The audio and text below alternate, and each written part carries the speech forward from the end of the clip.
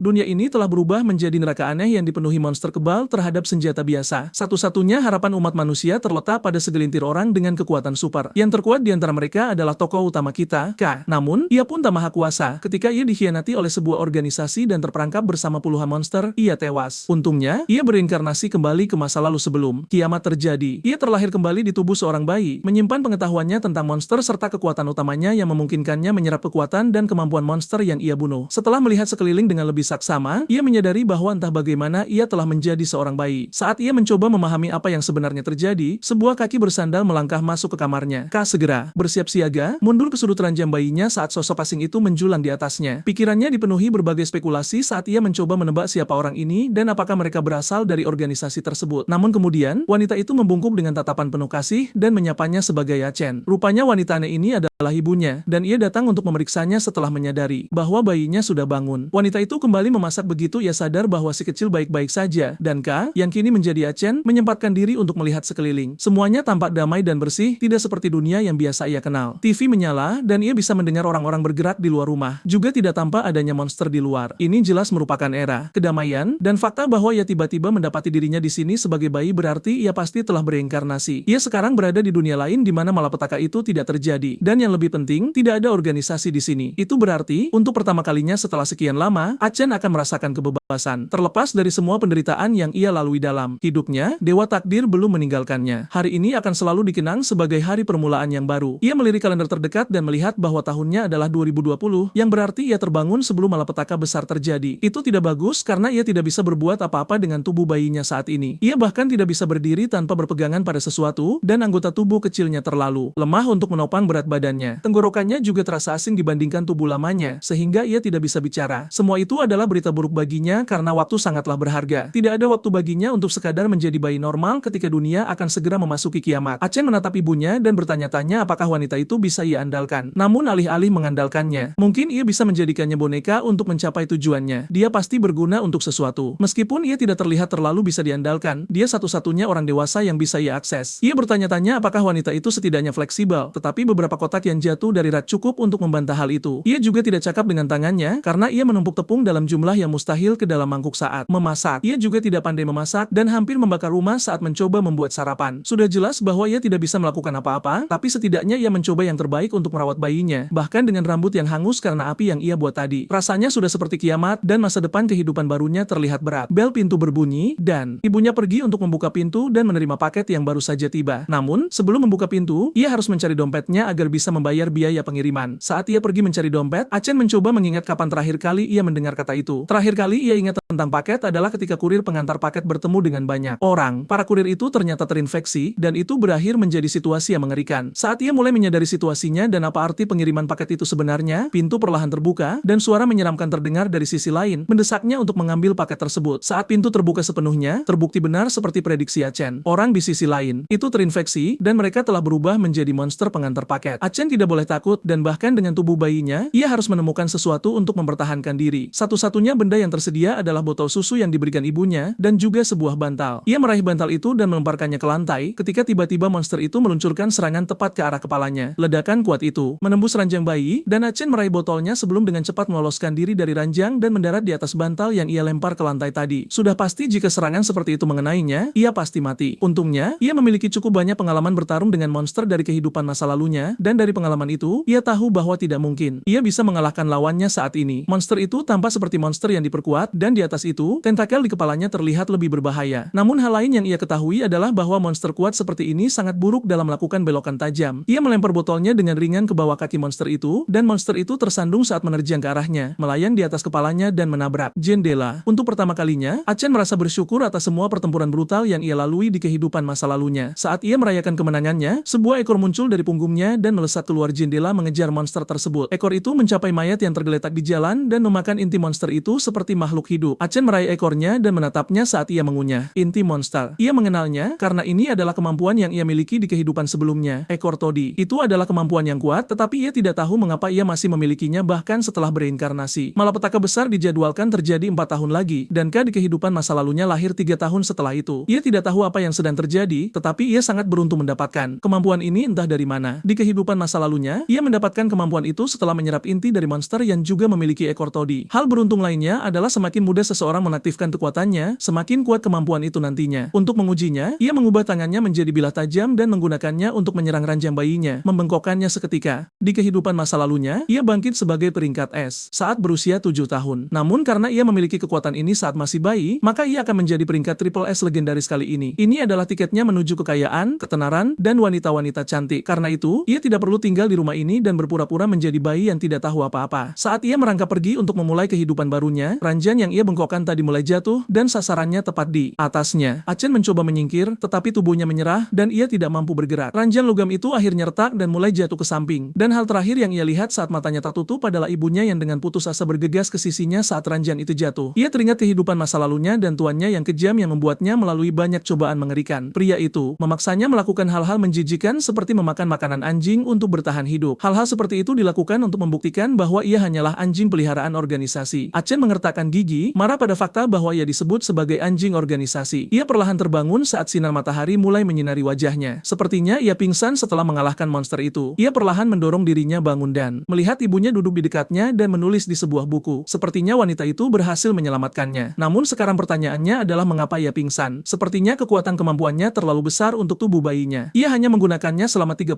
detik. Namun, itu benar-benar menguras tenaganya dan membuatnya benar-benar tak berdaya. Untuk saat ini, ia harus menjadi lebih kuat jika ingin bisa menangani kekuatannya lagi. Saat ia memikirkan itu, ia mendengar suara ibunya menangis. Ia melihat buku yang sedang dibaca ibunya dan penuh dengan catatan tempel. Di halaman itu, ia menulis tentang bagaimana ia hampir kehilangan hartanya yang berharga. Sepertinya wanita itu membicarakan tentang dirinya. Ada juga memar parah di punggung ibunya, dan kemungkinan besar ia mendapatkan memar itu saat melindunginya. Ibunya, dari kehidupan masa lalunya akan dengan senang hati menjualnya ke organisasi demi keuntungan cepat. Namun wanita ini mempertaruhkan dirinya untuk melindunginya. Ia mengulurkan salah satu tangan mungilnya untuk menenangkan wanita itu, dan begitu ia merasakan sentuhan bayinya, ibunya segera merengkuhnya dalam pelukan erat. Sepertinya wanita ini berbeda dari wanita itu, dan itu membuatnya memutuskan untuk tinggal bersamanya untuk sementara waktu. Terlepas dari itu, waktu masih belum banyak, dan dunia akan berubah dalam waktu kurang dari seminggu. Monster berikutnya seharusnya sudah dalam perjalanan, dan ia harus bisa bertarung lebih dari 30 detik jika ingin melindungi rumah barunya. Di luar apartemen mereka, seorang pembersih jendela menggigil kesakitan saat lendir biru merembes keluar dari mata,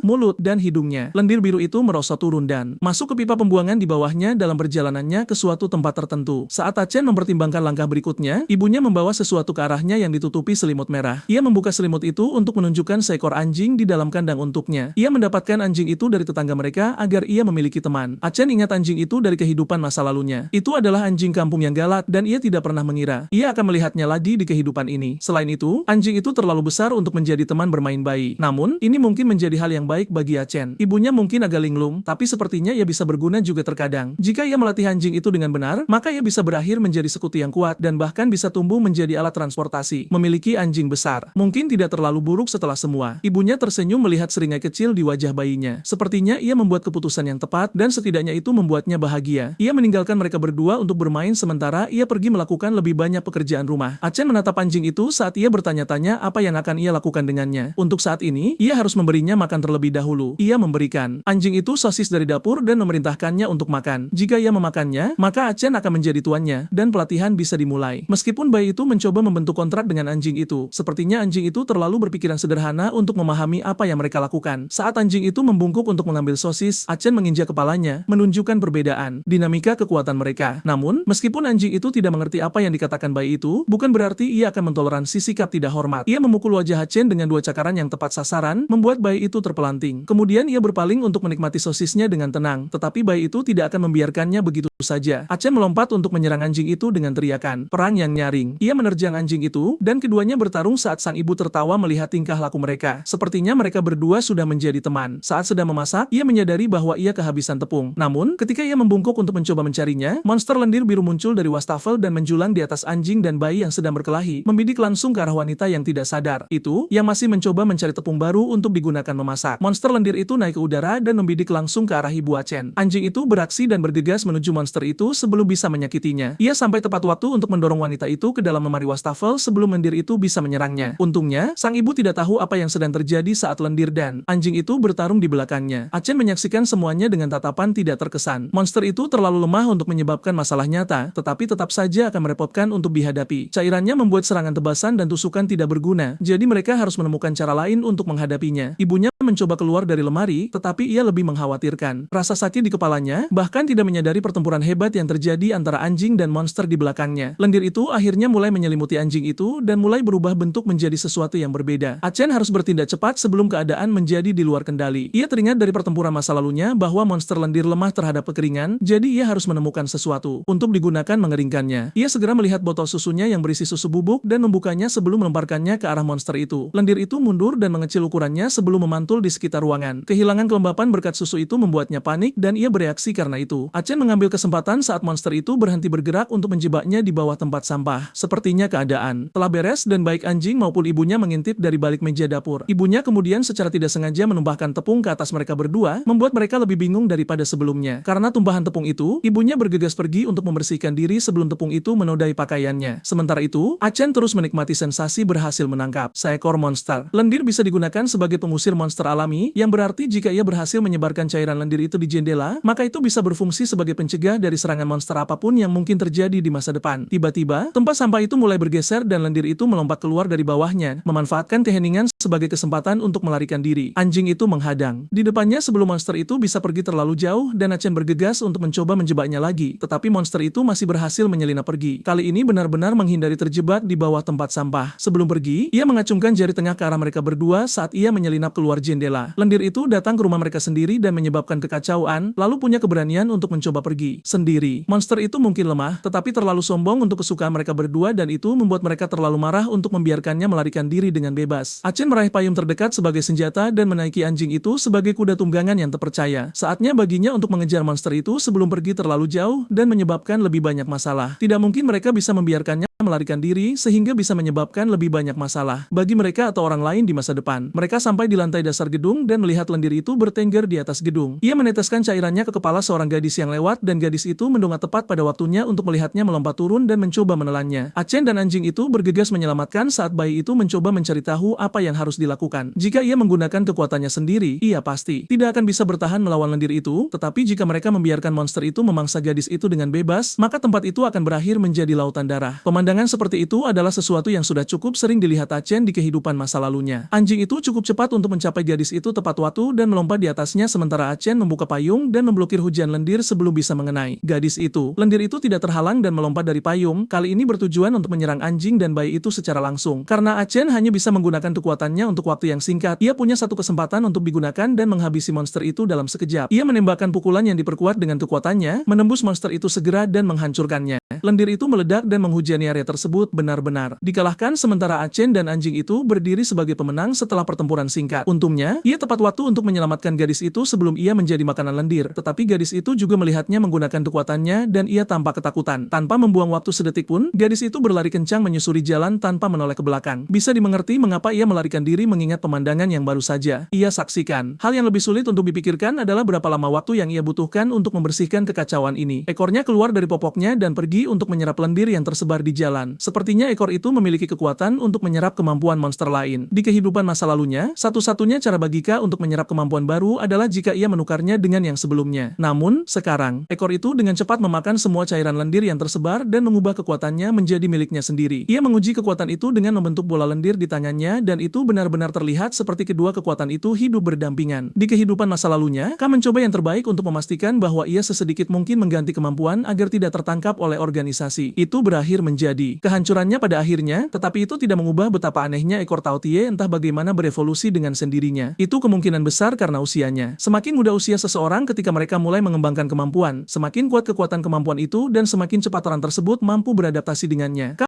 menjadi pengguna yang memenuhi syarat untuk kemampuan pada usia 10 tahun, tetapi semua orang yang lebih muda darinya tewas. Sebagian besar anak-anak tidak bisa bertahan hidup dari racun monster dan mereka semua berakhir tewas segera setelah mereka terpapar. Tetapi sekarang, Ka bahkan lebih muda daripada kandidat potensial lainnya dari kehidupan masa lalunya, yang berarti potensi pertumbuhannya tidak terhitung. Sementara ia memikirkan bagaimana melakukan berbagai hal, anjing itu membawanya pulang dengan selamat. Ia melompat dari punggung kuda tunggangannya yang terpercaya dan menggunakan kekuatan lendir barunya untuk melapisi area tersebut, memastikan tidak ada monster yang akan datang datang ke rumahnya lagi. Tetapi hanya melakukan itu saja sudah menguras semua energinya dan membuatnya kelelahan. Tidak ada gunanya memikirkan mendapatkan kemampuan baru atau beradaptasi dengan kemampuannya saat ini karena stamina-nya terlalu rendah baginya untuk bisa melakukan apapun dengan kekuatan tersebut. Namun, ia tidak perlu terlalu khawatir tentang potensi masa depan karena monster seharusnya tidak datang dan mengganggu mereka lagi berkat penghalang lendirnya. Achen roboh ke lantai karena kelelahan dan anjing itu datang kepadanya dengan tatapan mengancam di matanya. Sepertinya akhirnya tiba waktunya bagi anjing itu untuk membalas dendam atas penghinaan tadi. Anjing itu membungkuk dan mengangkat Achen dengan tengkuk bajunya dan untuk sesaat bayi itu berpikir bahwa ia akan dijadikan makanan anjing. Kembali di apartemen, ibunya keluar dari kamar mandi, benar-benar bersih dari tepung yang tumpah tadi. Ia menuju ruang tamu untuk melihat bagaimana keadaan putranya dan melihatnya meringkuk dengan anjing di lantai. Mungkin terlihat seperti mereka sedang meringkuk, tetapi Achen berjuang keras melawan berat badan anjing di atasnya. Berjam-jam berlalu dan bayi itu mampu melepaskan diri dari penjara berbulunya untuk mulai bekerja melindungi apartemen. Ia berhasil melapisi jendela dan ventilasi dan juga pipa drainase dengan lendir khusus. Sekarang, bahkan jika bencana besar menghantam rumah, mereka akan aman untuk sementara waktu. Sambil melakukan semua itu, ia mampu mengetahui keadaan ekor Taotie saat ini. Ternyata, ia bisa menyimpan hingga 4 kemampuan sekaligus, tidak seperti di kehidupan masa lalunya di mana ia harus menukar satu dengan yang lain. Saat ini, ia bisa menggunakan ekor Taotie dan kekuatan lendirnya, tetapi hanya selama sekitar setengah menit. Untuk bersiap menghadapi bencana besar, ia harus melakukan hal-hal lain.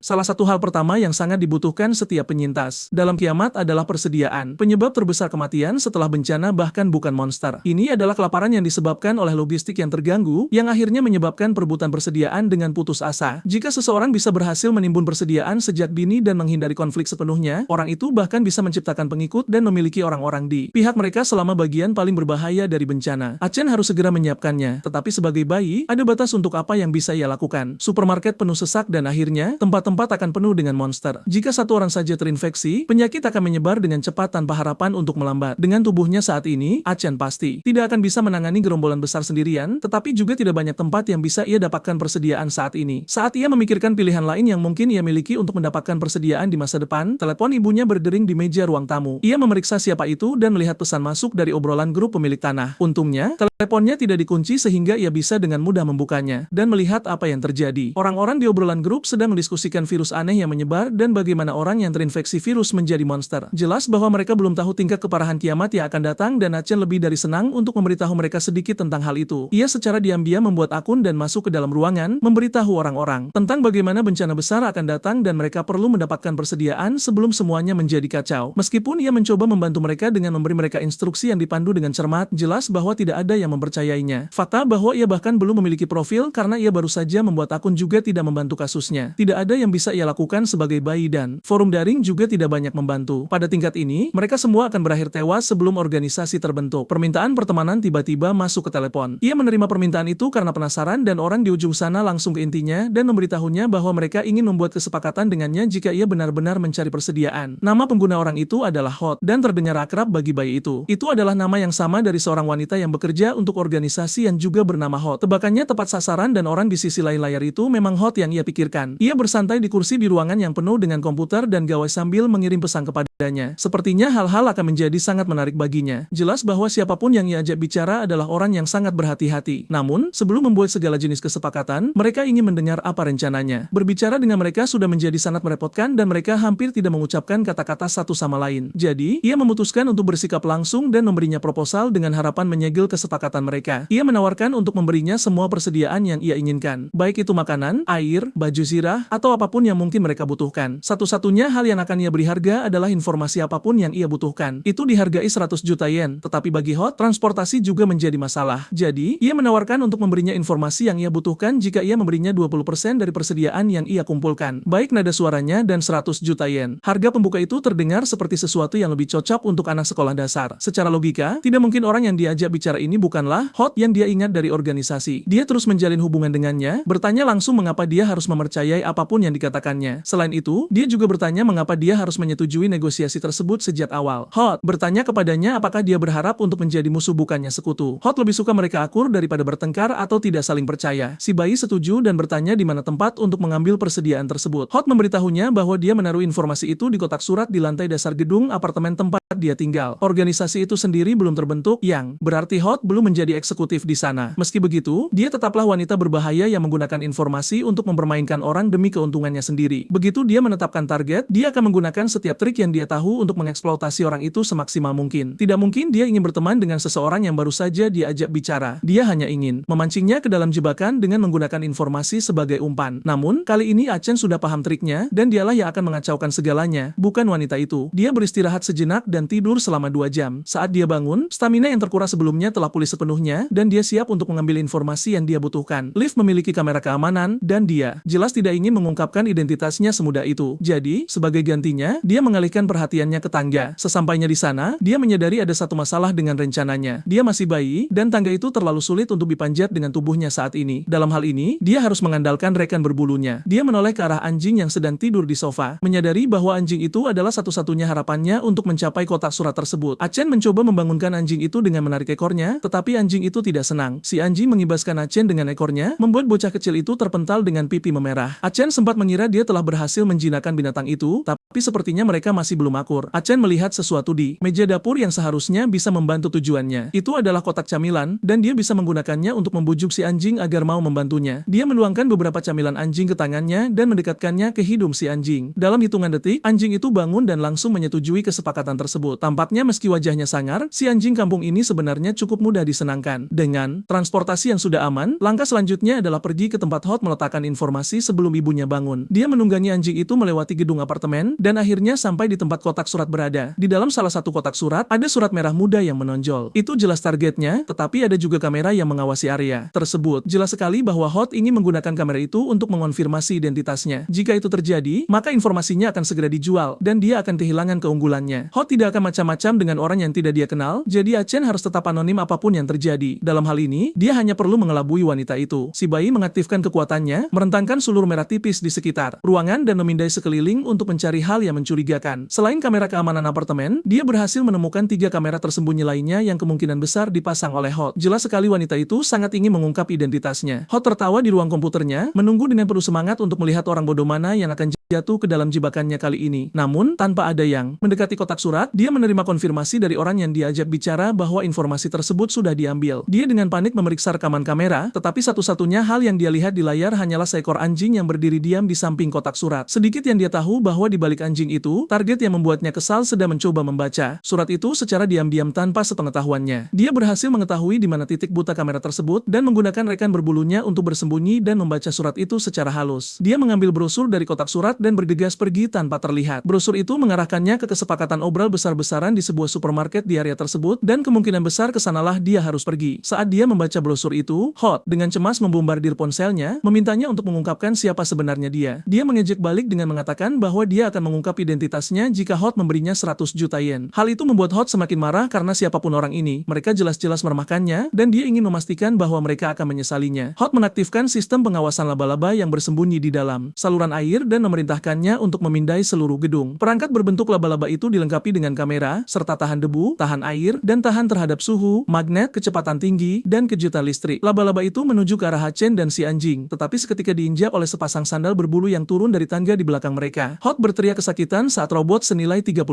juta miliknya hancur dalam hitungan detik. Orang yang bertanggung jawab menghancurkannya adalah ibu si bayi sendiri, yang turun untuk mencari mereka setelah tidak melihat mereka selama beberapa saat. Hot menangisi kehilangan perangkat laba-labanya, tetapi untungnya, tampaknya fungsi audionya masih berfungsi. Dia bisa mendengar suara wanita di ujung sana, dan kemudian dia menyadari bahwa fungsi panggilannya juga aktif, yang berarti mereka juga bisa mendengarnya. Dia mengambil mikrofon dan mencoba mengancam siapapun yang ada di ujung sana, memperingatkan bahwa mereka belum menang hanya karena berhasil menghancurkan laba-labanya. Sekarang setelah dia mendengar suara mereka, dia bisa mengungkap semua pesan dan masa lalu kelam mereka di seluruh internet. Dia terus mengejek mereka, tetapi siapapun yang ada di ujung sana tidak merespons. Sebaliknya, mereka terus berbicara dengan orang lain, berkomentar bagaimana mereka memakai pakaian tipis dan bisa masuk angin. Saat itulah Hot menyadari bahwa orang di ujung sana tidak bisa mendengarnya, dan dia selama ini berbicara sendiri. Selain itu, setelah melakukan sedikit riset, bahkan dengan jaringan dan koneksinya yang luas, dia sepertinya tidak bisa menemukan siapa orang di pihak sana. Siapapun mereka, mereka benar-benar tersembunyi, dan dia tidak punya ide sama sekali. Sementara itu, Chen mendapatkan tumpangan gratis kembali ke apartemen dari ibunya. Sang ibu memarahinya karena keluar sendirian dan memberitahunya betapa berbahayanya itu. Sementara itu, laba-laba mekanik itu tergeletak hancur di lantai, dan hanya bisa digunakan dengan kapasitas 4%. Hot akhirnya menghubungi Acen lagi dan memberitahu si bayi bahwa dia akan memberikan informasinya secara gratis, termasuk persediaannya. Sepertinya dia sudah menyerah, dan hampir mengecewakan betapa mudahnya dia menyerah setelah semua masalah yang dia buat. Ketika mereka kembali ke apartemen, Acen secara mengejutkan lolos dari hukuman karena lari keluar apartemen. Ibunya mengira anjing itu membuka pintunya sendiri, dan bayinya merangkak keluar setelah itu saat masih setengah tertidur. Karena itu, dia tidak akan bisa menggunakan anjing itu untuk sementara waktu, dan anjing itu telah diikat untuk menghindari kejadian serupa di masa depan. Menurut Hot, supermarket bergaya gudang akan segera dibuka, yang berarti dia akan memberikan persediaan dari inventaris yang dia curi dari orang lain. Bagi Hot untuk melakukan itu dengan sukarela, dia bersikap cukup murah hati terlepas dari segalanya. Jika dia ingin mengumpulkan bahan-bahan, maka dia harus melakukannya lebih cepat daripada nanti. Tapi pertama-tama, dia harus mencari cara untuk sampai ke supermarket tersebut. Dia meninggalkan brosur di atas meja agar ibunya bisa melihat, tetapi sang ibu bahkan belum menyadarinya. Tidak mungkin dia bisa langsung memberitahunya tentang akhir dunia, tetapi dia harus melakukan sesuatu. Saat dia mencoba mencari tahu apa yang harus dilakukan, dia mendengar ibunya berbicara tentang bagaimana susu hanya tersisa untuk 5 hari. Itu adalah kesempatan yang sempurna, dan dia bisa menggunakannya sebagai keuntungan. Dia mendorong gelas susu di atas meja, lalu berpura-pura masih tidur saat ibunya datang untuk memeriksa suara tersebut. Ketika ibunya pergi untuk membersihkan susu tersebut, dia akhirnya menyadari brosur di atas meja untuk supermarket itu. Dia mengambilnya dan mulai mempertimbangkan untuk memeriksanya, dan semuanya berjalan sesuai rencana Acen. Hari yang dinanti untuk perjalanan ke gudang itu akhirnya tiba, dan sang ibu mendandani si bayi dengan pakaian merah muda yang sangat mengecewakan Acen. Selagi mereka berdua keluar, si anjing ditinggalkan di rumah dengan banyak makanan. Mereka sampai di supermarket, tetapi sebelum sang ibu bisa masuk, seorang penjaga keamanan bergegas mendekat untuk menanyakan apa yang dia lakukan di sana. Penjaga itu memberitahunya bahwa ada penyakit menular yang sedang wabah dan orang-orang dilarang berkeliaran. Sang ibu mencoba memberitahunya bahwa dia hanya ingin membeli susu bubuk untuk bayinya, tetapi penjaga itu tidak peduli dengan alasannya. Dia adalah pekerja pemerintah, dan Acen tahu bahwa pemerintah akan segera lenyap, jadi mereka tidak perlu khawatir tentang hal-hal seperti ini untuk waktu lama. Penjaga itu hanya melakukan ini karena dia diperintahkan, dan dia menyuruh sang ibu untuk pulang. Saat dia berbicara dengannya, dia tidak menyadari monster yang mengendap-endap di belakangnya sampai monster itu meletakkan tangannya di atas kepala pria itu. Dalam sekejap, monster itu meremas tangannya, dan kepala pria itu meledak seperti balon berdarah. Kemudian monster itu mengalihkan pandangannya pada ibu dan anak yang tidak berdaya itu. Monster ini jauh lebih besar daripada apapun yang pernah dihadapi Acen sejauh ini, dan merupakan tipe proliferatif yang kuat, sehingga tidak memiliki titik lemah khusus. Dia tidak ingin mengungkapkan kekuatannya, tetapi jika dia tidak menggunakan kekuatannya, maka dia dan ibunya akan mati di sini. Tidak ada waktu untuk disia-siakan, dan dia baru saja akan beraksi, tetapi ibunya menyambarnya keluar dari kereta bayi dan mencoba melarikan diri. Acen tahu bahwa melarikan diri adalah sia-sia karena makhluk ini adalah spesies yang benar-benar berbeda. Ia jauh lebih cepat daripada manusia, dan ibunya tidak punya harapan untuk melarikan diri dengan berjalan kaki. Saat monster itu mendekat, Acen melihat sebuah kotak pemadam api di dinding, lalu dia menggunakan kekuatannya untuk menghancurkan kotak tersebut. Kotak itu meledak dan menutupi seluruh area dengan gas. Awan gas yang tiba-tiba itu cukup bagi Acen untuk menyelinap keluar dari pelukan ibunya dan menyerang monster itu, membuatnya terpental dan menabrak dinding. Dia memiliki waktu sekitar 30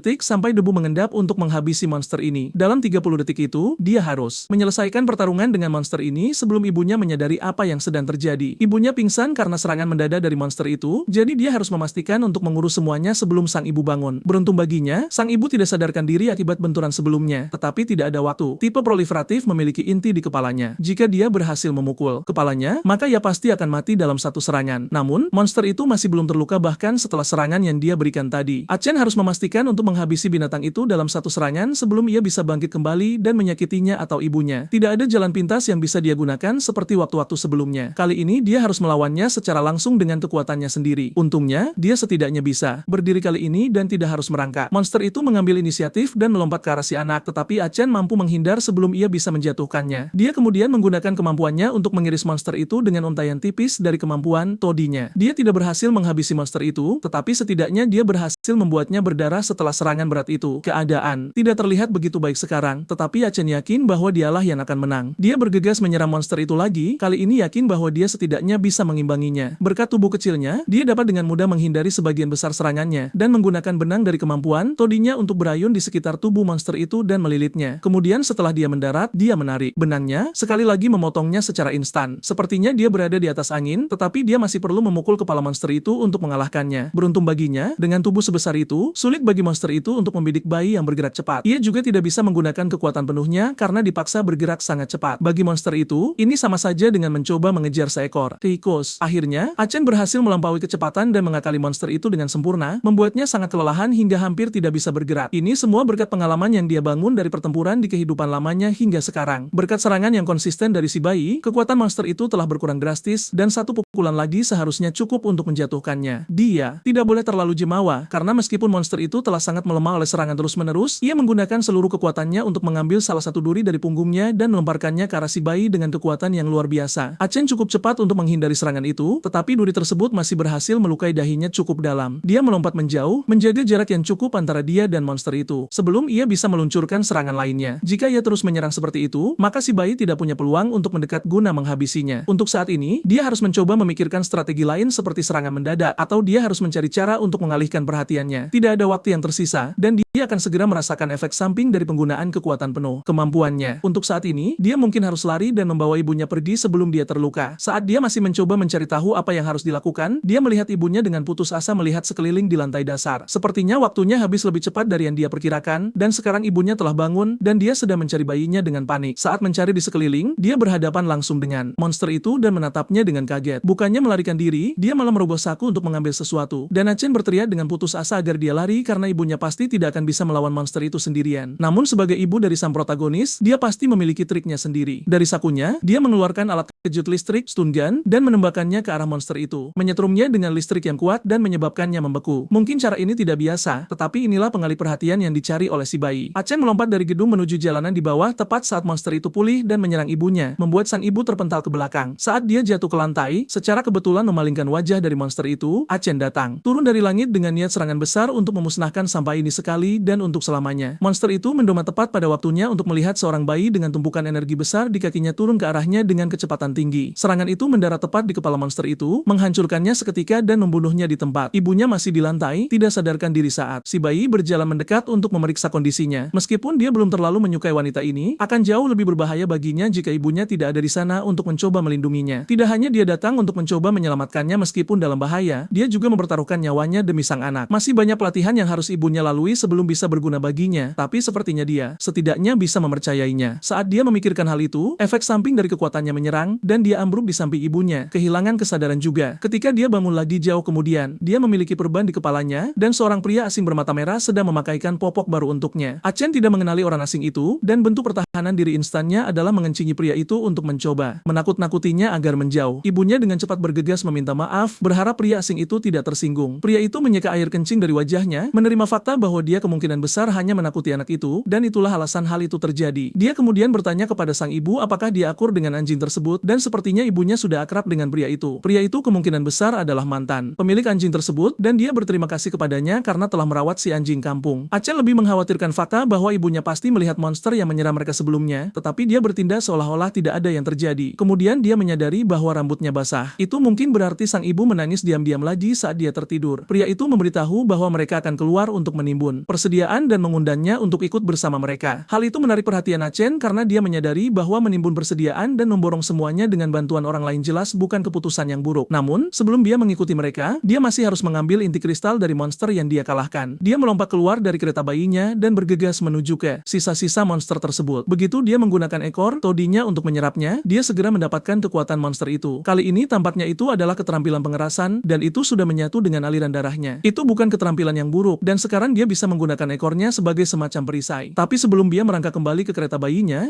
dia melihat pria asing tadi sedang menelepon. Dia berbicara dengan seseorang, dan mereka sepertinya membicarakan fakta bahwa dia dan ibunya hanyalah beban bagi mereka. Dia juga mengungkapkan bahwa alasan dia membawa mereka berdua adalah karena dalam keadaan darurat, mereka bisa digunakan sebagai umpan dan setidaknya menjadi sedikit berguna. Pria itu benar-benar gila, dan jelas bahwa dia memiliki niat buruk. Dia memberitahu orang di ujung telepon untuk mengambil kendaraan lain dan mengambil lebih banyak persediaan. Saat Achen mendengarkan percakapan itu, dia tidak sengaja menyenggol truk tempat dia bersembunyi, dan pria itu dengan cepat berbalik siap menyerang siapapun yang mengupingnya. Pria itu mendekatinya, tetapi dia jelas berharap melihat seseorang yang mengancam dan malah melihat bayi kecil yang membuatnya menurunkan kewaspadaannya. Pria itu menepuk kepala Achen dan bertanya bagaimana dia bisa sampai di sana. Kemudian dia kembali menelepon dan memberitahu orang di ujung sana bahwa bayi itu mendengar percakapan mereka, tetapi dia tidak peduli karena dia hanyalah seorang bayi. Selain itu, karena Achen hanyalah bayi, membunuhnya tidak akan menjadi masalah. Si bayi menundukkan kepalanya dengan cemas setelah menyadari bahwa pria itu benar-benar benar-benar gila, mereka semua masuk ke dalam mobil, dan ibunya mengamankannya di kursi keselamatan anak di bagian belakang. Kemudian mereka bersiap untuk berangkat bersama pria itu dan 3 orang lainnya di dalam mobil. Chen tidak mempercayai pria gila itu sebagai pengemudi, tetapi tidak ada yang bisa dia lakukan. Jika dia setidaknya bisa menggunakan kekuatannya, maka dia akan bisa menghancurkan pria gila itu dalam sekejap dan membuktikan siapa yang lebih kuat. Penumpang lain di mobil saling berkenalan, dan ibunya mencoba memulai percakapan dengan menawarkan beberapa camilan kepada yang lain. Sangat aneh bahwa orang-orang ini tampak begitu tenang terlepas dari semua yang terjadi. Chen mulai bertanya-tanya apakah mereka pernah melihat rekaman monster-monster itu dan mengapa ada orang yang berani keluar saat ini. Pria itu menyalakan mobil dan melambai kepada orang di kompleks tempat mereka tinggal saat mereka pergi. Chen menyadari bahwa kurangnya kesadaran mereka mungkin adalah semacam pertahanan diri. Lagi pula, meskipun orang melihat monster atau mayat, itu tidak selalu berarti dunia akan berakhir. Yang bisa mereka lakukan hanyalah bertindak normal dan mencoba menyembunyikan rasa takut mereka. Saat mereka terus berkendara melewati kota, Nona Ling mengeluarkan sekotak roti lapis untuk dibagikan kepada semua orang di mobil. Orang-orang di dalam mobil semuanya adalah penghuni dari gedung apartemen tempat Chen dan ibunya tinggal. Ada ibunya, Ling Yingyu, penghuni kamar 502. Lalu ada Denku, penghuni kamar 103. Dan terakhir, ada Ryu Kaison, penghuni kamar 104. Ibunya terus menawarkan camilan kepada yang lain di mobil saat mereka berkendara ke supermarket. Ryu Kaison bertanya kepada ibunya bagaimana dia bisa membesarkan anak sendirian meskipun itu sangat sulit. Lagi pula, dia masih muda dan cantik dan sepertinya dia tidak bekerja juga. Sangat berbahaya juga untuk pergi keluar dengan seorang anak. Ibunya awalnya mempertimbangkan untuk meninggalkannya di rumah, tetapi dia menyadari bahwa setiap kali Chen ditinggal sendirian, dia mulai bertingkah aneh. Dia harus membawanya bersamanya setelah memberikan banyak pemikiran. Chen secara tidak sadar mencoba menyuruh ibunya berhenti bicara saat dia mendesah sambil memikirkan semua kekacauan yang terjadi karena anaknya selama beberapa hari terakhir. Salah satu pria di depan adalah Shin Minoru dari kamar 504. Sopir berkomentar bahwa Ling berguna dalam pertarungan, terutama karena dia berhasil menjatuhkan monster besar dengan pistol taser miliknya. Mereka juga membawa anjing itu di truk yang mengikuti mereka, jadi mereka memiliki kekuatan serangan ekstra jika terjadi sesuatu. Ibu Chen tidak ingat apa yang terjadi, dan dia tidak menyadari bahwa anaknya sendirilah yang melakukan semua pekerjaan itu. Saat mereka terus berkendara melewati kota, pengemudi menyadari ada sesuatu yang salah. Seharusnya ada lebih banyak monster di sekitar, tetapi tempat itu secara mengejutkan kosong. Tiba-tiba, dia melihat seseorang berlari di jalanan jelas-jelas mencari bantuan. Saat dia berlari melewati jalan mencari tempat persembunyian, dinding bangunan terdekat meledak terbuka, dan sebuah tangan meraihnya. Kemudian dia tiba-tiba diserbu oleh beberapa monster sekaligus. Sopir menyuruh mereka berpegangan erat saat dia mencoba mengarahkan mobil untuk menghindari tabrakan dengan monster-monster itu dan gadis tersebut. Mobil dan truk keduanya meluncur untuk menghindari kerumunan kecil monster itu, dan mereka berhasil melewatinya dengan aman. Anjing itu menggonggong keras di kursi belakang saat monster-monster itu mengerumuni gadis itu dan menariknya ke tanah. Dia berteriak minta tolong saat monster-monster itu menumpuk di atasnya dan menyerangnya. Hari ini benar-benar sibuk sejak saat Chen dan ibunya meninggalkan rumah mereka. Mereka dikelilingi oleh monster, dan Chen mengambil waktu sejenak untuk menganalisis situasi mereka. Monster berkepala serangga yang mengelilingi mobil semuanya memiliki tanda sengat di leher mereka. Pengendali dari semua monster ini pastilah sejenis cyborg. Pengendali parasit adalah monster tipe parasit, dan mereka memiliki kemampuan untuk mengubah manusia menjadi cyborg. Kekuatan mereka tidak seberapa secara individual, tetapi dalam jumlah besar, itu cerita yang berbeda. Dan selama si pengendali berkeliaran, monster cyborg akan terus berlipat ganda. Hal terbaik yang bisa mereka lakukan adalah mencari cara untuk segera melarikan diri. Sisa monster serangga yang tidak mengerumuni gadis malang tadi mulai mendekati mobil untuk menyerang mereka yang di dalam. Mereka sudah terlalu dekat untuk kenyamanan si pengemudi. Dalam hitungan detik, salah satu monster berhasil menembus kaca depan mobil. Ajon menoleh ke sekeliling dan sadar bahwa mereka masih punya peluang untuk selamat, tetapi dia harus segera menghalau monster-monster itu sebelum jumlah mereka menjadi tak terkendali. Sayangnya, dia hanya bisa menggunakan kekuatannya selama 30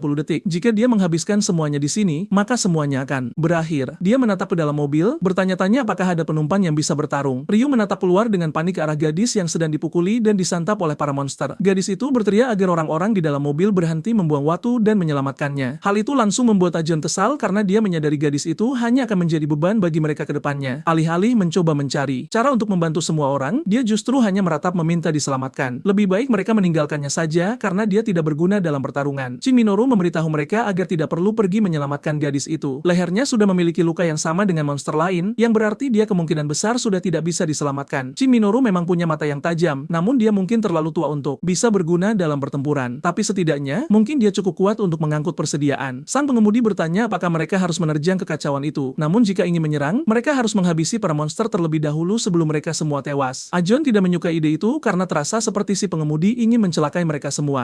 Mereka tidak bisa mengandalkan pria itu di saat-saat krusial. Orang yang mengemudikan truk di belakang mereka kemungkinan besar sama saja. Denku mengambil benda keras dari suatu tempat di dalam mobil dan mengumumkan bahwa dia akan pergi membantu sebisa mungkin. Dia terlihat seperti penakut, tapi mungkin dia adalah tipe karakter yang bisa mengamuk secara tiba-tiba. Dia mencoba mengatakan bahwa dia tidak takut, namun jelas bahwa dia sama sekali tidak bisa diandalkan. Seperti Sepertinya, tidak ada seorang pun di dalam mobil yang mampu menumbangkan monster-monster yang mengepung mereka. Ibunya meraih tasnya untuk mengambil senjata yang dia gunakan tadi. Begitu dan mendengar ibunya akan keluar dengan membawa senjata, dia memutuskan bahwa dia tidak perlu lagi pergi. Saat mereka sedang berbicara, sebuah benda tajam tiba-tiba menusuk ke dalam mobil, menembus dada dan kemudian dia tiba-tiba terlempar keluar dari mobil seperti boneka kain. Cakar tajam mencabik sisi mobil dan monster serangga yang berbeda menyusupkan kepalanya yang mengerikan ke dalam, lalu segera menusukkan cakarnya ke Ryu, membunuhnya seketika. Sepertinya ini adalah tubuh utama dari semua cyborg tersebut. Pasti dia bersembunyi di suatu tempat, menunggu waktu yang tepat untuk menyerang. Karena tidak ada seorang pun di mobil yang bisa diandalkan. Sepertinya si bayi yang harus turun tangan mengatasi situasi ini. Namun sebelum dia sempat bangkit, sengat aja melesat langsung ke arah ibunya. Dia tidak cukup cepat untuk menghentikannya, tetapi alih-alih menusuk sang ibu, sengat itu secara tak terduga justru menghujam bantalan kursi mobil. Mereka menatap ke depan mobil dan melihat Shin Minoru secara tak terduga menahan monster itu. Shin Minoru sadar bahwa orang ini pasti bos dari semua monster. Monster itu berbalik dan mencoba menusuk wajahnya, tetapi dia menangkap sengat tersebut dan mematahkannya. Jelas sekali bahwa pria ini bukan orang sembarangan karena dia berhasil melumpuhkan bos monster dengan tangan kosong. Monster itu menjerit saat dia menusukkan sengatnya sendiri ke lehernya. Saat jeritan monster itu perlahan memudar dan akhirnya mati, Shin Minoru menjatuhkan tubuh bangkainya ke jalanan. Sambil mengusap darah dari wajahnya, dia mengeluh betapa tuanya dia sekarang. Sementara itu, Achen menatap dengan kekaguman saat menyadari pria tua itu adalah petarung yang tangguh. Tapi kemudian dia sadar bahwa pertarungan belum berakhir. Monster di tanah itu memiliki fase kedua dan mereka tidak boleh lengah. Achen tidak tahu siapa pria tua ini, tapi hanya menusuk jantung tidak cukup untuk membunuh monster tersebut. Seperti yang dia duga, monster itu mulai bangkit lagi dan jelas akan menyerang kembali. Dia tidak punya suara untuk bicara, jadi dia hanya punya satu cara untuk memperingatkan pria tua itu sebelum keadaan memburuk. Dia berteriak sekeras mungkin, membuat pria tua itu menoleh ke belakang dan berhasil menghindari serangan mendadak dari monster serangga tersebut. Pria tua itu pernah melihat ini saat dia masih di divisi tempur khusus. Dia langsung sadar bahwa monster itu tidak akan mati hanya dengan menusuk jantungnya. Itu menjelaskan mengapa pria tersebut tampak begitu kuat. Dia pernah bekerja di divisi tempur khusus dan itulah sebabnya dia punya pelatihan untuk menghadapi monster seperti ini. Pria itu melompat keluar dari mobil untuk menyerang monster tersebut dan menumbangkannya. Sepertinya monster itu tidak akan mati dengan cara biasa, jadi Shin Minoru memutuskan kali ini dia akan menggunakan seluruh tenaganya untuk menghancurkan monster itu sekali dan selamanya.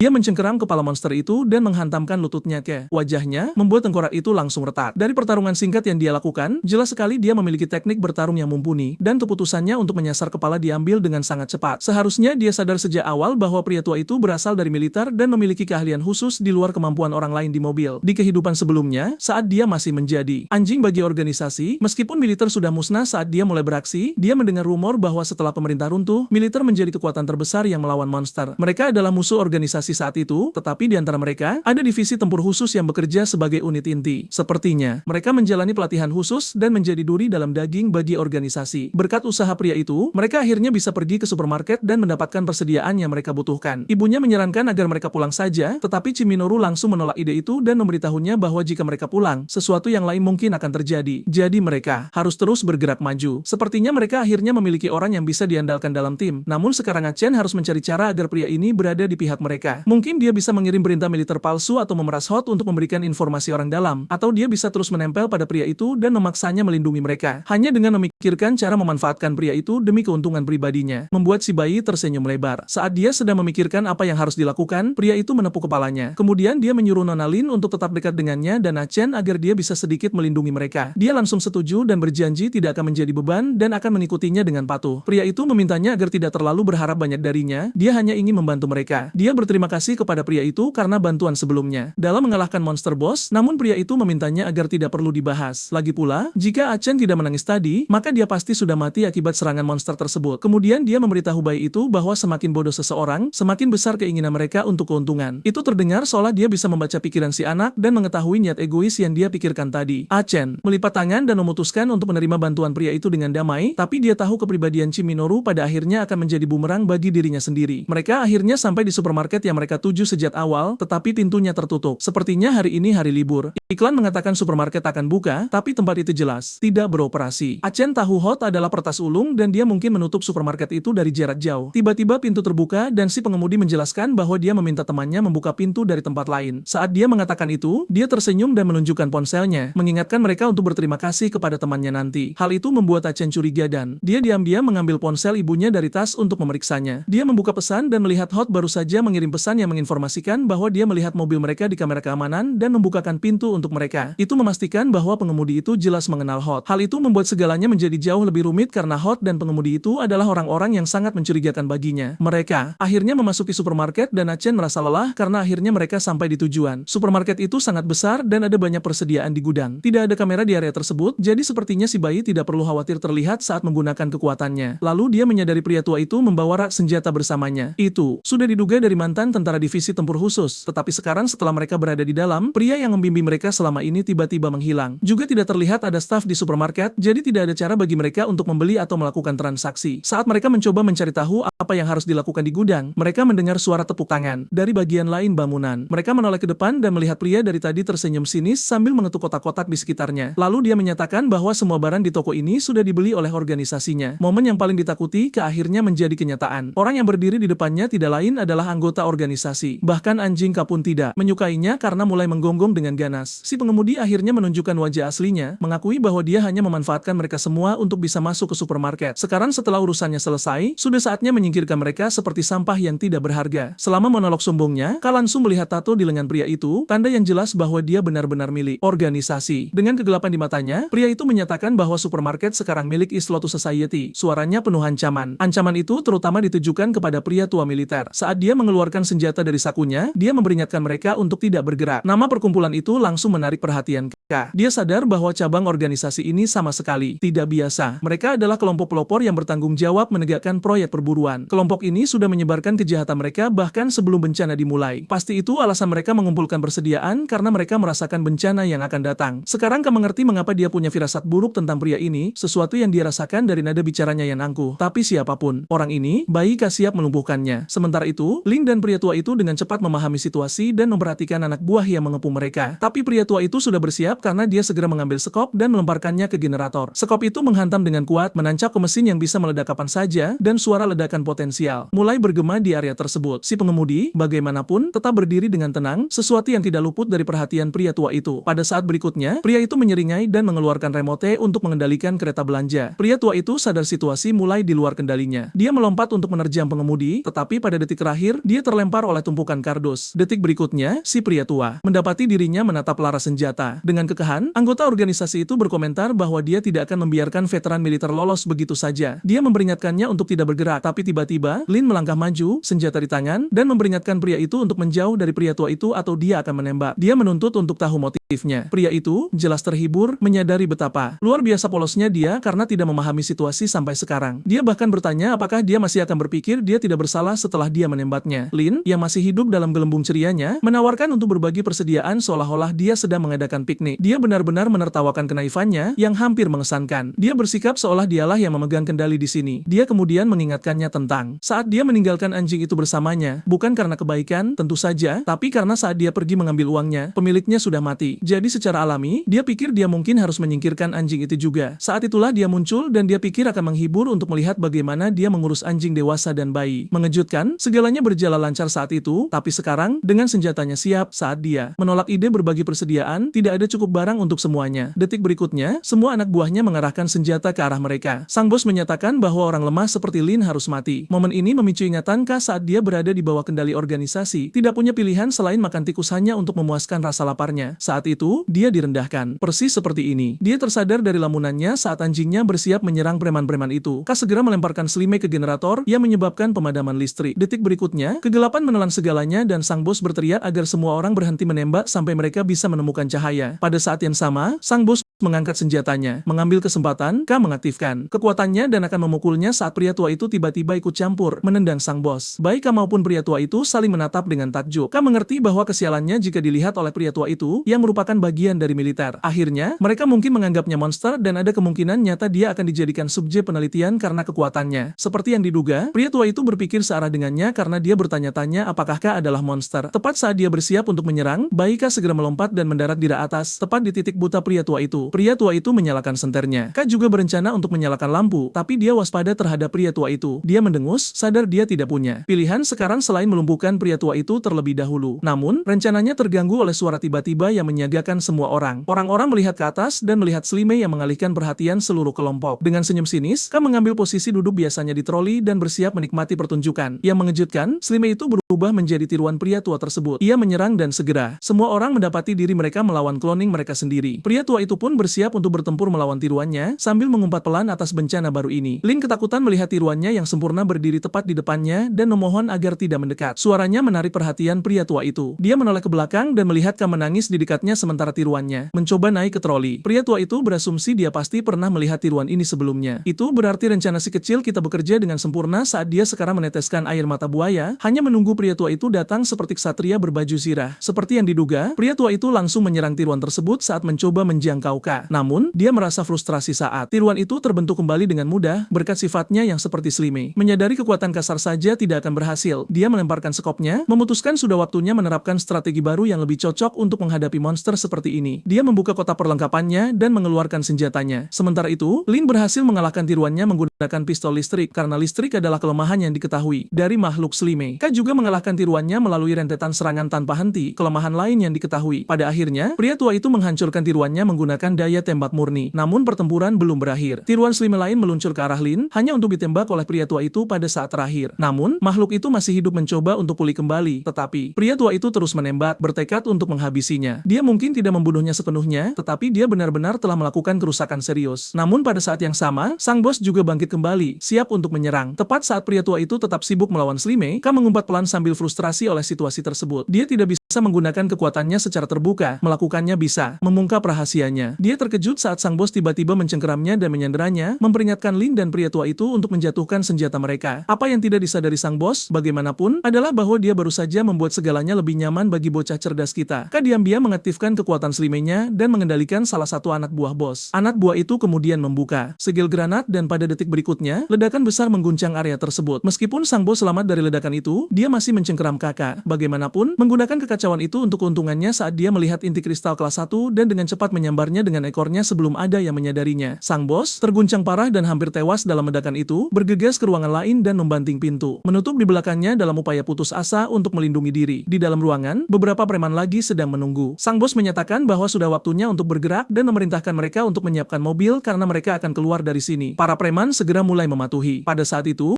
bocah kita melihat tato lain. Yang ini terukir di sisi leher pria itu, mengungkapkan namanya. Sekarang semuanya menjadi sangat jelas bagi Ka. Orang ini tidak lain adalah bos sebenarnya dari organisasi Lai. Dia adalah orang yang mengubah hidup Ka menjadi neraka di kehidupan sebelumnya. Dulu, bagaimanapun, Lai selalu mengenakan topeng, itulah sebabnya Ka tidak pernah bisa melihat wajahnya. Siapa sangka dia akan mendapatkan kesempatan untuk menyaksikannya sekarang, sebagai bayi. Tidak kurang, tatapan bayi Ka begitu intens sampai-sampai Lai merasakannya dan bahkan memarahinya dengan kesal. Detik berikutnya, kabut merah mulai memenuhi udara di sekitar mereka. Ini disebut debu merah, yang merupakan fenomena berbahaya di dunia yang terinfeksi katalis ini, berbahaya bagi manusia manapun. Mereka yang bersentuhan dengannya akan mati atau bermutasi menjadi monster. Hal itu menjelaskan mengapa, beberapa saat kemudian, beberapa anak buah Lai mulai berubah menjadi binatang buas yang menjijikkan dan menyerbu ke arah mereka. Tapi Lai, dengan sifat kejamnya yang biasa, memutuskan untuk menggunakan Ka sebagai umpan monster. Tanpa berpikir dua kali, dia melempar bayi itu ke dalam ruangan bersama makhluk-makhluk itu dan melarikan diri dari tempat kejadian, meninggalkannya. Ka, seperti biasa, memahami rencananya dengan baik, tetapi dia siap melepaskan kekuatan sejatinya bahkan dengan saksi yang hadir. Dia menarik inti dari sakunya dan mengaktifkannya. Detik berikutnya, dia berubah menjadi petarung dewasa yang siap bertempur. Monster yang luar biasa menyerang ke arahnya, tetapi tentakelnya mencegat serangan itu tanpa ragu. Sekarang menyatu dengan inti kristal, kemampuannya mencapai ketinggian baru, begitu meningkat sehingga monster di sekitarnya hampir tidak dianggap sebagai makhluk fisik lagi. Makhluk lain mencoba serangan laser dari matanya. Tanpa bergeming, Ka maju langsung menembus pancaran itu dan menusuk ke dalam tubuh makhluk itu. Dia hampir geli dengan betapa mudahnya dia bisa mengendalikan tubuhnya. Tentakelnya sekarang bergerak dengan keanggunan yang mematikan, mengiris monster itu seperti sayuran di atas talenan. Sementara itu, Lai menyaksikan pemandangan itu terungkap dengan ketakutan yang meningkat. Bingung dan terguncang, dia gagal memahami identitas Ka setelah melewatkan transformasi dari bayi menjadi prajurit. Satu pandangan ke wajah pucatnya memberitahu Ka segalanya. Dia tahu Lai belum mengenalinya. Itu membuatnya semakin memuaskan. Ka bergerak maju, matanya gelap dengan tujuan. Tidak ada keraguan sekarang. Momen untuk balas dendam akhirnya tiba. Bahkan ketakutan Kemudian, Lai segera bersiap untuk mempertahankan diri. Dia mengeluarkan senjatanya dan menembaki Ka. Untungnya, Ka lebih cepat dari peluru itu sendiri. Meskipun tubuh yang dia ubah bukan tubuh aslinya, dibandingkan dengan bentuk bayinya, kecepatan dan kelincahan yang ditawarkannya berada di level lain sepenuhnya. Saat Ka menutup jarak, hanya 1 inci, Lai berasumsi dia pasti monster. Tapi bocah kita tidak memberinya kesempatan untuk berbicara. Dalam satu gerakan cepat, dia melemparkan Lai ke seberang ruangan dan membantingnya ke sudut. Sekarang batuk darah, Lai menggumamkan sesuatu tentang cerita yang pernah dia dengar dari seseorang tetapi sekarang melihat itu benar. Ka sebentar bertanya-tanya siapa orang itu, tapi dia tidak punya waktu untuk memikirkannya. Lai tiba-tiba mengeluarkan jarum suntik dan menyuntik dirinya dengan obat aneh. Dalam beberapa saat, tubuhnya mulai bergeser secara mengerikan, berubah menjadi bentuk monster. Menyaksikan transformasi itu, Ka segera menyadari kebenaran bahwa jauh sebelum katalis besar, organisasi sudah bereksperimen dengan obat ini, formula yang dirancang untuk mengubah manusia menjadi monster tanpa menghilangkan kewarasan mereka. Saat monster itu tumbuh, Ka tampak ketakutan. Itu menerjangnya segera, dan meskipun dia nyaris tidak berhasil memblokir serangan itu, dia segera membalas dengan tentakelnya. Tetapi dari bentrokan tunggal itu, dia menyadari lawannya bukan ancaman biasa. Monster itu melanjutkan serangannya tanpa henti, menyerangnya dengan tentakel perak yang dihindari Ka dengan tipis. Hanya dengan mengamati gerakannya, Ka mengerti makhluk ini dimaksudkan untuk menjebaknya sejak awal. Rasa dingin merambat ke punggungnya saat dia mengenalinya bahwa ini adalah monster yang sama yang membunuhnya di kehidupan sebelumnya. Tapi kali ini dia bukan orang yang sama. Dia bukan lagi versi dirinya yang tidak berdaya itu, dan dia tidak punya niat untuk mati karena binatang yang sama lagi. Dengan tekad yang diperbarui, dia menghindari setiap serangan dengan fokus tajam dan energi yang menantang. Lalu tiba-tiba, ledakan kuat meletus terhadap monster itu. Saat debu mengendap, Ka melihat pria tua militer mengisi ulang senjatanya dengan peluru yang telah dia curi dari East Lotus Society. Ironi itu tidak hilang darinya. Pria tua itu menggunakan senjata orang jahat untuk tujuan yang baik. Sementara itu, Ka mencoba memproses perubahan mendadak dalam pertempuran. Pria tua itu menargetkan monster mata raksasa, yang tampaknya adalah Lai, masih menyamar dalam bentuk monsternya. Menyaksikan arus berbalik, Ka tidak bisa menahan senyum lebar. Permainan sedang berubah, dan kali ini menguntungkannya. Lai mengingat saat dia bergabung dengan organisasi ketika salah satu perwakilannya memikatnya dengan memperingatkan tentang bencana yang akan datang di dunia. Dia membuatnya terdengar seperti bergabung dengan organisasi adalah satu-satunya cara baginya untuk bertahan hidup. Kemudian dia memberinya obat sebagai hadiah untuk bergabung, sambil menambahkan bahwa itu bisa membantunya mengungkap sifat aslinya. Pada saat itu, saat dia melihat obat itu, dia tidak yakin dengan kata-katanya. Dia pikir dia sudah tahu sifat aslinya dengan baik. Cukup. Namun saat ia menerima suntikan dan membangkitkan sisi monsternya, ia menjadi yakin bahwa perkataan wanita itu benar, karena ia terlahir sebagai monster yang tumbuh subur dengan mengeksploitasi kelemahan orang lain. Sebagai contoh, saat masih kecil, ia memberitahu seorang wanita gemuk bahwa suaminya berselingkuh. Saat wanita itu marah, ia menambahkan bukti bahwa ia baru saja mendengar suaminya memanggil wanita itu sebagai babi tidur yang jelek. Wanita itu, yang mungkin sudah merasa tidak percaya diri dengan bentuk tubuhnya, langsung mempercayainya dan menjadi murka pada suaminya. Setelah dipukul, sang suami memutuskan untuk menceraikannya. Saat pria itu pergi, wanita itu hancur karena merasa dirinya memang buruk rupa. Bak malaikat pelindung, Lai memancingnya ke dalam jebakan dengan berjanji akan memperkenalkan wanita itu pada orang-orang yang pasti tidak akan merundungnya. Beginilah cara ia mengeksploitasi hati orang dengan mendapatkan kepercayaan mereka, lalu menguras habis mereka nantinya. Sifat penipunya telah mengubah dirinya menjadi seorang seniman penipu, monster berwujud manusia. Itulah sebabnya ia kini terlahir sebagai monster level 4, si penipu Lai. Sampai saat ini, monster yang disaksikan bocah kita hanyalah halusinasi. Ia melihat monster yang membunuhnya di kehidupan lampau dan ketakutan setengah mati oleh tipu daya Lai. Sementara itu, Lai memutuskan untuk tidak membuang energinya dan menunggu saat yang tepat untuk menyerang balik dan menang pada akhirnya. Tiba-tiba, ia terkena peluru dan terkejut melihat pria tua itu siap melawannya lagi. Ia frustrasi dengan umur panjang pria tua itu dan segera menyerangnya. Namun pria tua itu tetap bersembunyi, meluncurkan serangan tanpa menampakkan diri. Lai menyerang lagi, tetapi pukulannya disambut dengan serangkaian ledakan. Bentrokan itu menciptakan kepulan asap dan debu yang pekat, membuatnya sulit melihat apapun dengan jelas. Memanfaatkan situasi itu, Kei bergerak ke titik buta dari belakang. Saat Kei menyerang, Lai mengumpat keras, murka karena ia telah keluar dari halusinasi begitu cepat. Kei melangkah maju dan menyatakan bahwa Lai hanyalah penipu level 4 yang tidak akan pernah menjadi sesuatu yang istimewa. Dengan itu, ia menyerang Lai dengan tentakelnya, membuat Lai mengutuk tentakel-tentakel tersebut. Sesaat kemudian, Lai mencoba menciptakan ilusi di sekitar Kei, tetapi kali ini tidak berhasil. Ia frustrasi dengan kegagalan kemampuannya. Kei teringat saat ia merasakan kematian di kehidupan lampaunya karena halusinasi tersebut. Sambil berterima kasih dalam hati pada Lai, ia mengerahkan seluruh kekuatannya. Lai ketakutan saat Kei dengan kecepatan kilat menerjang ke arahnya. Lai berdarah hebat setelah diserang oleh Kei. Kei kemudian bertanya dengan tenang apakah ia sudah selesai. Namun dalam hatinya, ia tahu ini baru permulaan. Dalam 2 jam, gelombang debu merah lainnya akan datang. Itu tidak akan ada apa-apanya dibandingkan apa yang pernah dihadapi umat manusia sebelumnya. Ini akan menjadi gelombang cacat yang membuka gerbang neraka. Saat ia bersiap untuk menghabisi Lai, Lai mencoba menghentikannya. Kei menjawab bahwa ia tidak tertarik dengan kata-kata terakhirnya dan bertekad untuk melenyapkannya. Sementara itu, pria tua itu juga menyaksikan kejadian tersebut. Kei mengerti bahwa Lai adalah lawan tangguh yang masih ingin bertarung meskipun terluka. Jadi, lebih baik menghabisinya dengan langsung mengincar leher lehernya. Tepat saat ia hendak menyerang, ia terkena ilusi. Ibunya muncul memohon padanya, bertanya apakah ia akan membunuhnya juga. Ia ragu sejenak dan keraguan itu harus dibayar mahal saat ia terkena serangkaian ledakan. Memanfaatkan celah tersebut, Lai menyerang lagi dan Kei nyaris berhasil menghindar. Saat Kei kembali berdiri, Lai menyatakan bahwa apapun yang terjadi, Kei tidak akan bisa membunuhnya. Ia sekarang bisa membaca pikiran Kei dengan jelas dan memprediksi setiap gerakannya. Lai tahu bahwa Kei hanya punya satu serangan tersisa. Mendengar itu, kawan kita berpikir untuk menyerahkan Lai pada pria tua itu. Pada saat yang sama, seolah membaca pikirannya, Lai menghindari peluru yang ditembakkan pria tua itu dan mengejeknya, bertanya apakah ia berencana hanya berdiri di sana seperti biasanya. Kei mengumpat pelan, menyadari terlambat bahwa senjata biasa tidak mempan melawan monster level 4. Lai, yang mulai terlalu percaya diri, yakin ia bisa melihat melalui taktik pria tua itu. Dengan tawa mengancam dan pernyataan bahwa ia adalah sosok ilahi, Lai menuju tempat pria tua itu bersembunyi. Namun begitu ia mencapai tempat itu, granat yang dipasang oleh pria tua itu meledak saat Lai melangkah masuk. Melihat Lai terluka, Kei memuji naluri tajam pria tua itu. Kemudian ia bertanya-tanya kemana pria tua itu pergi. Seolah menjawab, pria tua itu muncul di belakang Lai dan hendak menyerang, tetapi Lai menghindar di saat terakhir. Lai bersiap untuk menyerang balik, tetapi Kei memanggil namanya untuk mengalihkan perhatiannya. Gangguan mendadak itu mengejutkan Lai. Sambil menyeringai, Lai bertanya pada Kei apakah ia ingin tahu tentang masa depannya. Saat perhatiannya teralihkan sejenak, pria tua itu menembaknya. Tiba-tiba, sebuah penglihatan menembus pikiran Lai saat ia melihat dirinya berurusan dengan orang-orang lemah yang berada di bawahnya. Kei memperlihatkan pada Lai masa depan di mana ia selalu menjadi pecundang, selalu tidak berguna pada akhirnya. Kei memberitahunya bahwa inilah takdirnya. Murka, Lai mencengkeram kepalanya dan menyangkal klien tersebut. Penglihatan lain melintas bahwa ia bersujud di hadapan orang lain dengan posisi menyedihkan. Ia menolak menerima masa depan ini. Mengamuk, ia menyerang dengan liar, namun pada akhirnya ia malah melukai dirinya sendiri. Detik berikutnya, mereka semua menatap dengan tidak percaya saat Lai telah memenggal kepalanya sendiri. Menyaksikan kejadian itu, Kei menyeringai. Ia akhirnya telah menipu penipu terhebat. Saat kepala Lai terbang dari tubuhnya, ia sekali lagi melihat sekilas ingatan Kei. Matanya membelalak ketakutan saat melihat monster yang berdiri di hadapannya. Detik berikutnya, kepalanya yang terpenggal menghantam tanah dan ia berteriak agar Kei keluar dari pikirannya. Ia berteriak pada Kei, menyatakan bahwa inilah arti sebenarnya dari peringatan tentang bayi itu. Pria tua itu melirik Kei, perhatiannya memuncak. Lai melanjutkan, suaranya tegang, bahwa Kei adalah telur bencana, mengejutkan baik Kei maupun pria tua itu. Lai memperingatkan bahwa dengan memulai revolusi ini, Kei telah kehilangan kesempatan untuk menjalani kehidupan normal. Mulai sekarang, organisasi akan memburunya tanpa henti. Sebelum ia bisa mengungkapkan lebih banyak, suara tembakan lain terdengar dan Lai dibungkam oleh peluru. Kei dan pria tua itu berbalik dengan cepat ke arah sumbernya. Sosok baru melangkah keluar dari jeepnya dengan tenang, menjelaskan bahwa jika seseorang tidak membunuh musuh mereka tepat waktu, mereka akan menjadi musuh mereka sendiri. Saat Kei menyadari pria itu berasal dari militer, ia menjadi sangat waspada. Pendatang baru itu memanggil pria tua itu guru, menganggapnya berjasa atas pelajaran yang baru saja ia ucapkan. Namanya Kapten Leon, tetapi ia lebih dikenal sebagai serigala salju. Sebelum murid dan guru itu saling menyapa, monster lain muncul di belakang Leon. Tanpa bergeming atau bergerak, ia membunuh monster itu. Rekan kita, yang menonton dari balik kotak, tertegun melihatnya. Pada saat itu, pria tua itu bertanya apakah Leon berada di sana dengan sengaja karena ia berniat pulang dan menjaga cucunya. Sambil mengeluarkan ponselnya, Leon memohon pada gurunya untuk kembali ke markas karena mereka dalam keadaan darurat. Ia kemudian menunjukkan foto cucunya yang selamat dan sehat. Ia mengingatkannya bahwa militer membutuhkan komandan mereka. Sambil mendengarkan ini, Kei segera menyadari bahwa pria tua ini tidak lain adalah komandan tertinggi militer. Kemudian Leon bertanya pada pria tua itu apakah ia ingin memastikan keselamatan cucunya. Pria tua itu setuju untuk ikut dengannya. Sementara itu, Kei ketakutan dan tidak tahu harus berbuat apa. Saat ia bergerak, hal itu menarik perhatian mereka. Sebelum sesaat berlalu, Leon sudah berada di dekatnya, menodongkan senjata. Untungnya, Kei sudah berubah kembali ke wujud bayinya. Leon dengan curiga bertanya apakah ia adalah monster yang ia lihat tadi. Kei, sementara itu, ketakutan setengah mati, bertanya-tanya apakah Leon akan menembaknya. Namun pria tua itu turun tangan, memberitahu muridnya bahwa dialah yang menempatkan Kei di sana. Sambil menggendongnya, ia berbisik pada Kei untuk terus berpura-pura. Dengan itu, Kei mulai menangis seperti bayi, yang memang wujudnya saat ini. Leon berkomentar tentang betapa cocoknya dia dengan bayi itu. Tiba-tiba, bocah kita merasakan aura aneh yang datang dari Leon dan menatapnya lekat-lekat. Pada saat itu, ia bertanya-tanya apakah ia pernah melihat pria itu sebelumnya di organisasi. Kemudian, Kei ditempatkan di kamar bayi bersama bayi-bayi lainnya. Saat perawat meletakkannya di ranjang bayi, Leon menyuruhnya pergi dan ia mematuhi tanpa pertanyaan. Sambil berpura-pura tidur, Kei mendengarkan semua ini dan bertanya-tanya tentang keberadaan pria tua itu. Ia juga bertanya-tanya tentang tempat di mana ia berada. Tiba-tiba, seorang bayi mulai menangis, menarik perhatian Leon. Awalnya, ia berkomentar dengan lancar tentang energi bayi itu dan memintanya untuk diam. Tetapi kemudian ada suaranya berubah saat ia menggunakan kemampuannya untuk membuat bayi itu tertidur. Sementara itu, bocah kita menyaksikan semua ini, matanya terbuka lebar karena ngeri. Ia ingat bahwa Leon adalah tokoh yang cukup cukup penting di organisasi dengan nama Sandy Tank. Tidak hanya itu, ia memiliki kemampuan yang sangat langka dan hebat di mana ia bisa mengeksploitasi dan meledakkan darah di tubuh siapapun sesuka hati. Ia tahu bahwa Leon telah menggunakan kemampuannya pada bayi itu yang menyebabkan kekurangan oksigen, membuat bayi itu tidak sadarkan diri alih-alih tertidur secara alami. Ia adalah seseorang yang Kay tahu harus diwaspadai, terutama setelah upaya sebelumnya untuk membunuhnya. Sekarang, Leon bergerak menuju bayi kita. Sementara itu, Kay sedang memikirkan tentang kemampuannya sendiri yang telah ia bangkitkan terlalu dini mengingat organisasi baru saja memulai. Ia bertanya-tanya apakah ia sudah menjadi salah satu dari segelintir orang yang cocok untuk membangkitkan kekuatannya sebelum akhir zaman. Pada saat itu, Leon memutuskan untuk memeriksa Kay dan menyuruhnya diam. Kay menahan napas sepanjang waktu. Begitu Leon menjauh, Kay menghela napas lega. Sebelum pergi, Leon berkomentar tentang betapa menyenangkannya itu. Saat ia pergi, Kay menoleh ke sekeliling untuk memastikan ia benar-benar pergi. Kemudian ia segera melompat berdiri. Ia teringat Lai, sang penipu, seseorang yang bisa memanipulasi pikiran. Kay memiliki kemampuan seperti penyerapan tingkat dewa yang menciptakan penghalang dalam pikirannya untuk melindungi pikirannya dari Lai. Sekarang, untuk melindungi dirinya dari Leon, ia mengatur aliran darahnya, melambatkannya, dan membiarkan darah palsu terserap secara otomatis. Setelah mengamatinya, ia melihat ke sekeliling pada anak-anak lain dan bertanya-tanya apakah mereka juga telur bencana. Bukannya ia tidak familiar dengan istilah tersebut. Ia pernah mendengarnya di kehidupan lampaunya, tetapi karena statusnya yang rendah saat itu, ia tidak pernah memiliki akses ke informasi semacam itu. Namun, ia percaya Leon pasti tahu sesuatu tentang hal itu. Ia kemudian menganalisis situasi dengan militer yang dimusnahkan di kehidupan lampaunya oleh organisasi. Pikirannya beralih ke pria tua itu yang jelas tidak mempercayai Leon karena ia ingin memeriksa cucunya secara pribadi. Ia juga bertanya-tanya tentang pemeriksaan yang dilakukan Leon terhadapnya. Terlalu banyak pikiran yang berkecamuk di benaknya. Kemudian ia teringat ibunya dan anjingnya, tetapi ia segera menepis pikiran itu. Ia tidak dalam situasi di mana ia bisa memikirkan orang lain. Saat ini, yang perlu ia fokuskan hanyalah rencana pelariannya. Ia mencoba membuka pintu dengan kemampuannya, tetapi ia tidak bisa menggunakannya. Ia ingat inti kristal yang ia peroleh sebelumnya yang ia gunakan untuk memadukan kemampuan yang disebut bayangan gelap, tetapi selama proses fusi, ia tidak bisa menggunakan banyak kemampuannya. Saat ini, ia hanya bisa menggunakan bayangan gelap dan penghalang dewa. Penghalang dewa membantunya menahan serangan mental, tetapi bayangan gelap terlalu kuat dan berisiko untuk digunakan dalam situasinya saat ini. Jadi, ia memutuskan untuk menunggu dan memahami niat orang-orang di sekitarnya sebelum menggunakan kekuatannya dan mengambil risiko terekspos. Sejauh ini, berpura-pura menjadi bayi telah berhasil dengan baik baginya. Tiba-tiba, ia menyadari sesuatu yang muncul dari ranjang bayi lain. Ia melihat ke bawah ke bayi lain yang kakinya berubah menjadi dahan pohon. Jadi, bayi ini pasti orang lain yang cocok sepertinya. Kemudian ia melihat beberapa bayi lain dengan berbagai jenis kemampuan. Ia ingat di kehidupan lampaunya, bayi-bayi ini selalu dikurung. Sekarang ia mengerti bahwa mereka semua ditempatkan di suatu tempat yang mirip dengan tempatnya sekarang. Tiba-tiba, tanaman merambat pohon mengangkatnya. Saat ia mencoba melepaskan diri, ia tidak bisa. Ia bertanya-tanya sejenak apakah ia harus menggunakan kemampuannya sekarang atau tidak, tetapi pikirannya terganggu oleh anak laki-laki lain yang membantunya melepaskan diri. Ternyata itu adalah anak laki-laki kecil yang menyarankannya untuk berpura-pura tidur saja. Jadi sekarang, ia harus bersikap baik. Kay terkejut melihat bahwa anak itu baru berusia 5 tahun dan sudah menguasai kemampuannya. Tiba-tiba, ia mengumpat pelan saat mendengar suara di belakangnya. Anak itu segera melarikan diri, menghilang dari pandangan. Kay menoleh untuk melihat perawat memasuki ruangan untuk pemeriksaan dan ia segera berpura-pura tidur di lantai. Kepala perawat menginstruksikan semua orang untuk mengumpulkan setiap bayi. Salah satu dari mereka memperhatikannya, berbaring di sana dan mengangkatnya juga. Saat semua ini terungkap, Kay bertanya-tanya apa yang sebenarnya terjadi di sini dan apa yang mereka rencanakan dengannya. Setelah beberapa saat, para perawat meletakkan semua bayi di lantai. Ia sedikit membuka matanya dan tidak melihat apapun selain kegelapan yang mengelilingi mereka. Pikiran mengerikan terlintas di benaknya. Apakah mereka akan dipaksa bertarung sampai mati? Itu tidak akan mengejutkan karena ini adalah tren di organisasi selama kehidupan lampaunya. Ia juga merasakan kehadiran seseorang dari organisasi di dekatnya. Perlahan, ia mulai merangkak saat bayi-bayi lain juga mulai bangkit. Saat ia mendongak, ia melihat Leon di lantai atas. Sebelum ia bisa memproses apapun, ia melihat monster bergerak menuju bayi. Awalnya, ia menduga bayi-bayi ini akan menjadi mangsa bagi monster itu karena ia ingat tidak ada bayi di kehidupan lampaunya. Kemudian ia melihat bahwa monster itu dirantai, tetapi itu tidak berarti mereka aman sekarang. Ia menduga pengekangan itu hanya sementara dan monster itu kemungkinan akan dilepaskan nanti. Semua orang di sekitarnya juga takut melihatnya. Anak laki-laki tadi melangkah maju, mengambil bayi yang menangis dari sekitar monster itu dan menempatkannya jauh. Melihat ke sekeliling pada bayi-bayi dan Leon, ia sekarang menyimpulkan bahwa mereka semua telah dikumpulkan di sini untuk melawan monster agar membangkitkan kemampuan mereka secara paksa. Tujuan mengumpulkan bayi-bayi ini di sini pasti merupakan rencana organisasi yang dikenal sebagai rencana anjing pemburu. Setelah Lai, rencana itu dipercayakan kepada Leon. Pada saat itu, Leon mengungkapkan bahwa ia hanya berpura-pura di depan gurunya. Kemudian, ia dengan sopan meminta semua orang untuk tidak mengecewakannya dan menekan tombol untuk memulai ujian mereka. Dengan itu, pengekangan pada monster itu hancur dan ia menerjang ke arah bocah kita, tetapi ia nyaris berhasil menghindarinya. Dalam prosesnya, telinganya terluka. Ia